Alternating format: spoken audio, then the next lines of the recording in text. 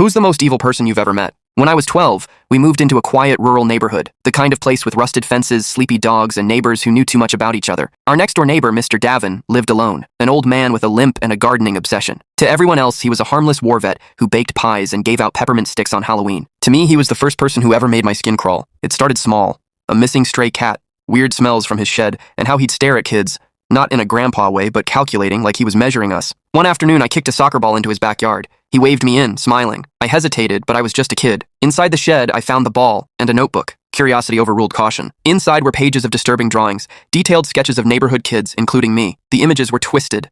Us in cages, crying. Some scratched out violently in red ink. I remember one page labeled Phase 2, soon. I ran home and told my mom. She thought it was just an old man's hobby, said I was overreacting. A week later, my dog disappeared. I went back, this time alone, and broke into the shed while he was away. The smell was stronger. In the corner under a tarp was a pile of bones and collars. Dozens. I took one and ran straight to the police. Turns out he'd been doing this for years. Not just pets. They found evidence he'd been planning something horrific involving kids in the neighborhood. He was arrested quietly, no media, no trials, just gone. My parents never talked about it again. To this day, I can't trust Smiles. Evil isn't always loud. Sometimes it lives next door, offers you candy, and keeps notebooks full of nightmares.